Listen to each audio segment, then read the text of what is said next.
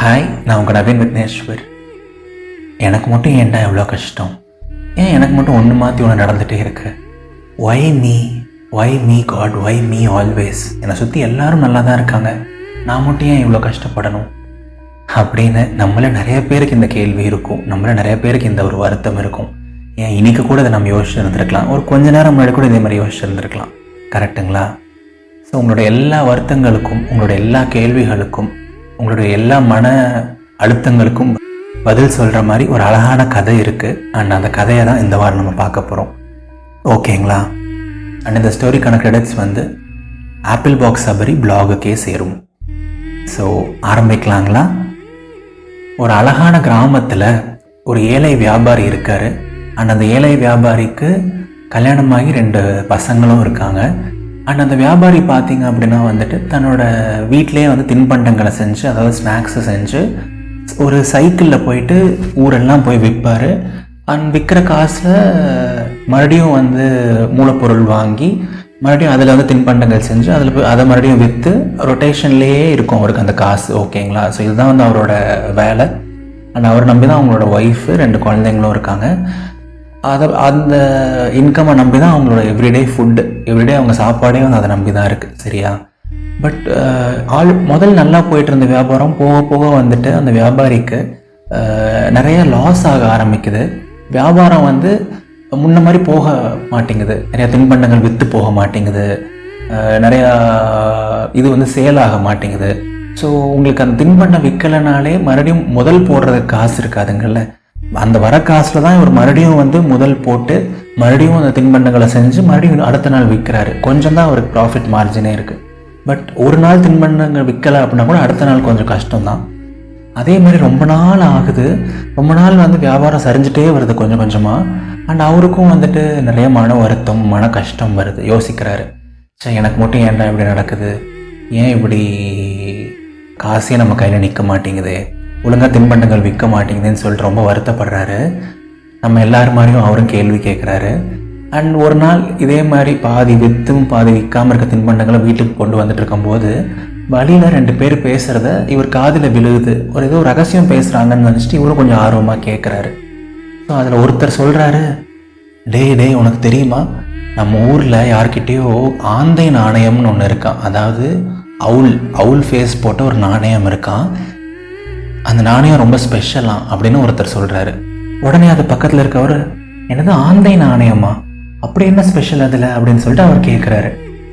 And அதுக்கு அந்த முதல் நபர் சொல்கிறாரு, ஆமாண்டா, அந்த ஆந்தை நாணயத்துக்கு எடுத்துகிட்டு போயிட்டு பௌர்ணமி அன்னைக்கு நிலா வெளிச்சத்தில் அந்த நாணயத்தை காமிச்சு நாம் நம்மளோட கஷ்டத்தெல்லாம் சொன்னோம் அப்படின்னா அந்த நிலா தேவதையே பூமியில் இறங்கி நமக்கு ஒரு பொக்கிஷத்தை கொடுக்கும். அந்த ஆந்தை நாணயம் ரொம்ப ஸ்பெஷல் அப்படின்னு சொல்லிட்டு முதல் நபர் சொல்கிறாரு. அண்ட் அதை கேட்ட 2வது நபர், ஓ அப்படியா அப்படின்னு சொல்லிட்டு அவருக்கும் அவருக்கு ரொம்ப சர்ப்ரைசிங்காக இருக்குது. அண்ட் இதை கேட்ட அந்த வியாபாரிக்கு ஒரு புது உத்வேகம் வருது, ஒரு சின்ன நம்பிக்கை வருது.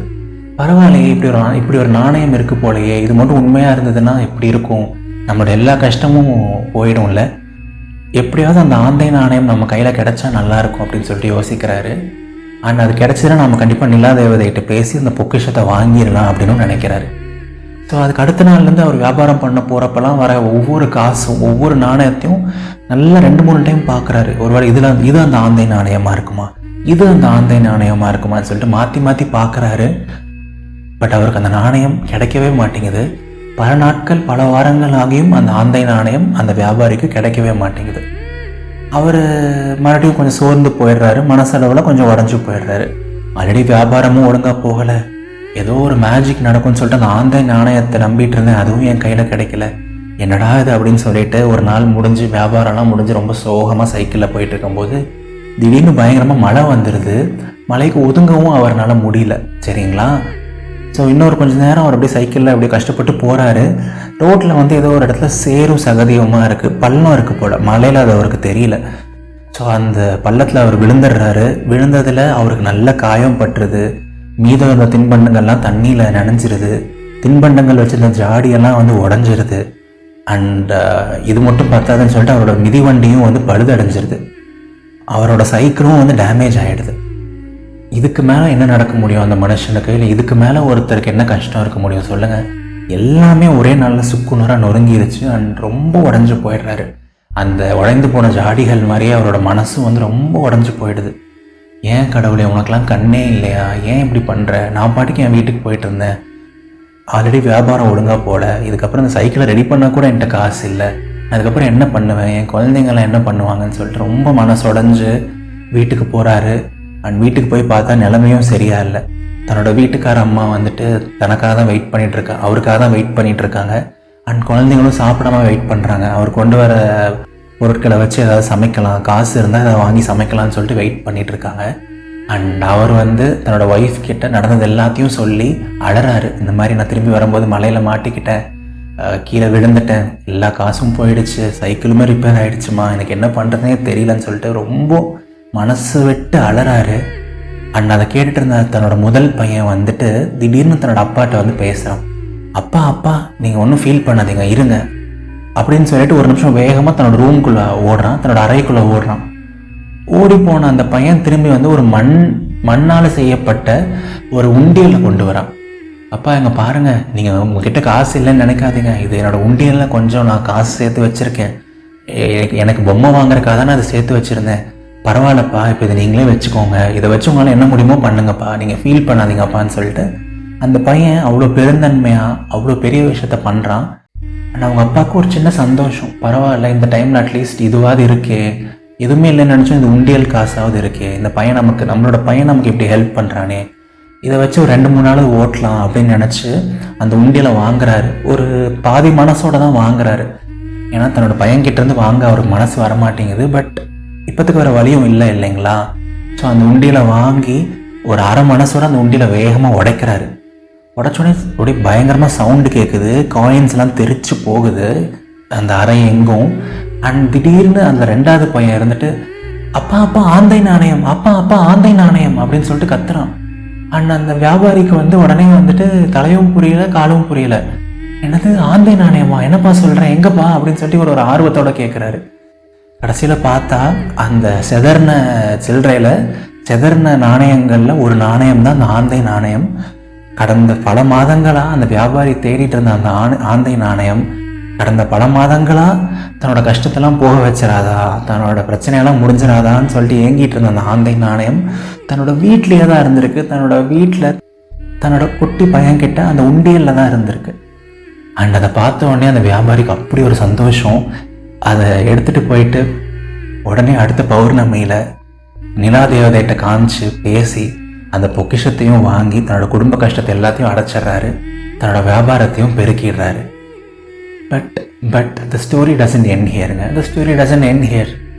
இதுக்கப்புறம் சுபம் போட்டுடலாம், ஆமாம், ஏன்னா அந்த ஆந்தை நாணயம் கிடச்சிருச்சு, ஒரு மேஜிக்கில் மிராக்கிள் நடந்துருச்சு. பட் யோசிச்சு பாருங்கள், அந்த வியாபாரிக்கு மாற்றி மாற்றி ஒரு கஷ்டம் வந்துட்டே இல்லை அப்படின்னா அந்த உண்டியல் அவர் கைக்கு கிடச்சிருக்காது. அந்த பையன் பாட்டுக்கு அந்த பொம்மையை வாங்கிட்டு போயிருப்பான், அந்த ஆந்தை நாணயம் வேற ஒருத்தர் கையில் போயிருக்கும், இந்த பொக்கிஷம் அவர் கைக்கு, அந்த பொக்கிஷம் வியாபாரி கைக்கே கிடச்சிருக்காது. இல்லை கஷ்டத்தெல்லாம் விடுங்க, அந்த அன்னைக்கு இரவு அந்த சைக்கிள் ரொம்ப டேமேஜ் ஆகி அவர் கீழே விழுந்து அடிபடுற அளவுக்கு போகலைன்னா அந்த பையன்கிட்ட போய் தன்னோட கஷ்டத்தையே அவர் சொல்லியிருக்க மாட்டார். இல்லை அந்த ஆந்தை நாணயம் அப்பையும் அவர் கையிலேயே வந்திருக்க வாய்ப்பே இல்லைல்ல. ஸோ கடந்த ஒரு 6 மாதம் நடந்த ஒவ்வொரு இன்சிடெண்ட்டுமே, வியாபாரத்தில் லாபம் இல்லாதது, சேல்ஸ் கம்மியாகிறது, தின்பண்டங்கள் விற்று போகாமல் இருக்கிறது, அந்த சைக்கிள் பழுதடைகிறது, அவர் கீழே விழுகிறது, மழை பெய்கிறது, அன்றைக்கி போய் வீட்டில் சாப்பாட்டுக்கு கூட காசு இல்லாமல் தன்னோட குழந்தைங்க முன்னாடி அழுகிறது, எல்லாமே வந்து ஒரே ரீசனுக்காக தான் நடந்திருக்கு.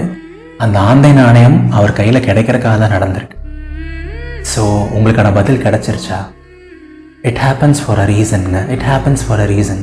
It happens for a beautiful, good and amazing and awesome reason. அந்த காரணம் என்னன்னு சொல்லிட்டு இப்போ உங்களுக்கு தெரியாது. இப்போ நீங்கள் வந்து மிடில் ஆஃப் த ஸ்டோரியில் இருக்கீங்க, இப்போ தான் உங்கள் கதையில் இன்ட்ரோவலே வருது, இல்லை இப்போ தான் வந்து ப்ரீ கிளைமேக்ஸில் நீங்கள் இருக்கீங்க. ஒரு நாள் உங்கள் லைஃப்லேயும் அந்த ஆந்தை நாணயம் கிடைக்கும், நீங்கள் நினச்சிட்டு இருக்க அந்த பொக்கிஷம் கிடைக்கும், நீங்கள் நினச்சிட்டு இருக்க அந்த விடியல் கிடைக்குங்க. there is light at the end of a tunnel. there is always light at the end of a tunnel. ஓகேங்களா? மனசை விட்டுறாதீங்க. ஏன்டா இப்படி இருக்குது, எனக்கு மட்டும் ஏன் இவ்வளோ கஷ்டம், அந்த கேள்விகள்லாம் நியாயம்தான், நான் கூட கேட்டிருக்கேன். But have faith, believe. நம்மையும் மீறி ஒரு பவர் இருக்குது, நம்ம எல்லாத்தையும் தாண்டி ஒரு சூப்பர் பவர் இருக்குது, யூனிவர்ஸ்னு ஒருத்தங்க இருக்காங்க. ஸோ நம்ம எல்லாத்தையும் அது பார்த்துட்டு தான் இருக்காங்க. நம்ம பண்ணுற எல்லா நல்ல விஷயத்தையும் அவங்க நோட்டீஸ் பண்ணிட்டு தான் இருக்காங்க. நம்மளுடைய எல்லா எஃபர்ட்ஸையும் நோட்டீஸ் பண்ணிட்டு தான் இருக்காங்க. நம்மளுடைய எல்லா கஷ்டத்தையும் பார்த்துட்டு தான் இருக்காங்க. ஸோ நீங்கள் வந்து அதை கடவுள் நம்பலாம், அதை யூனிவர்ஸ்ன்னு நம்பலாம், அதை ஏசப்பான்னு நம்பலாம், அதை வந்துட்டு இல்லை ஒரு கல்லுன்னு கூட நம்பலாம். ஜஸ்ட் என்னோட பாசிட்டிவிட்டி, ஒரு கர்மான்னு கூட நீங்கள் நம்பலாம். ஆனால் உங்களுக்கு நம்பிக்கை இல்லாமல் கூட இருக்கலாங்க. பட் அது கண்டிப்பாக நடக்கும், நம்புங்க. சரியா? ஸோ மற்றபடி இதில் ரொம்ப டேக்அவேயோ காம்ப்ளிகேஷன்ஸோ எதுவும் கிடையாதுங்க. Just believe, keep doing the basics right and every thing happens for a reason. இன்றைக்கி உங்களுக்கு தெரியலனாலும் அது இன்னொரு நாள் தெரியும். ஒரு நாள் விடியும், ஒரு நாள் உங்களோட லைஃப்லேயும் ஒளி பிறக்கும். எல்லா சந்தோஷமும் உங்களுக்கும் கிடைக்கும். சரியா? You are blessed, you are amazing, never forget that. சரிங்களா? If not you then who, if not now then when. So எல்லோரும் எப்பவும் ஹாப்பியாக இருங்க, சிரிச்சுட்டே இருங்க, உங்களுக்கு மனசுக்கு பிடிச்ச விஷயத்த பண்ணிகிட்டே இருங்க. அண்ட் எப்போவுமே முழு மனசாக நம்புங்க. வாழ்க்கை ரொம்ப ரொம்ப அழகானது. இது நவீன் விக்னேஸ்வரன், இதயத்தின் குரல். நன்றிகள் 1000. உங்ககிட்ட ஒரு சின்ன ஹெல்ப் கேட்குறேங்க. நீங்கள் இது வரைக்கும் இதயத்தின் குரலுக்கு நீங்கள் லிசன் பண்ணுறக்க ஆப்பில், அதுவும் மெயினாக ஸ்பாட்டிஃபைல ரேட்டிங் கொடுக்காம இருந்தீங்கன்னா கண்டிப்பாக ரேட்டிங் கொடுங்க ப்ளீஸ். ஷோ ஓப்பன் பண்ண உடனே டாப்பில் வந்து ஒரு 3 டாட்ஸ் இருக்கும். அது கிளிக் பண்ணிங்கன்னா ரேட் த ஷோன்னு ஒரு ஆப்ஷன் வரும். இல்லைனா உங்களோட ஸ்க்ரீன்லேயே ஸ்டார்ஸ் இருக்கும். சம்ஹவ் அந்த ஸ்டார்ஸை நீங்கள் கிளிக் பண்ணியோ அந்த 3 டாட்ஸை கிளிக் பண்ணிங்கன்னா ரேட் பண்ணுற ஆப்ஷன் வரும். ஸோ ப்ளீஸ் அதை கிளிக் பண்ணி ஒரு 5 ஸ்டார் ரேட்டிங் கொடுங்க. ஆஃப் லேட் ரேட்டிங்ஸ் ரொம்ப கம்மியாக இருக்குது. ஸோ நிறைய பேர் பெட்டராக ரேட் பண்ணால் என்னோடய ஷோவோட ரேங்கிங்ஸ் இம்ப்ரூவ் ஆகும். என்னோடய எஃபர்ட்ஸ்லாம் இன்னும் நிறைய பேர் கொண்டு போய் சேரும். அண்ட் இன்னும் நிறைய பேர் இதனால் பயனடைவாங்க. ஸோ ப்ளீஸ் ரேட் பண்ணி எனக்கு சப்போர்ட் பண்ணுங்கள். அண்ட் மறக்காமல் ஃபாலோ பண்ணி பெல் ஐக்கானும் ப்ரெஸ் பண்ணி வச்சுக்கோங்க. அடுத்த ஞாயிற்றுக்கிழமை இல்லை ஒரு 2 வாரங்கள் கழித்து இன்னொரு அழகான ஒரு கதையோடு சந்திப்போம். Tata, bye bye.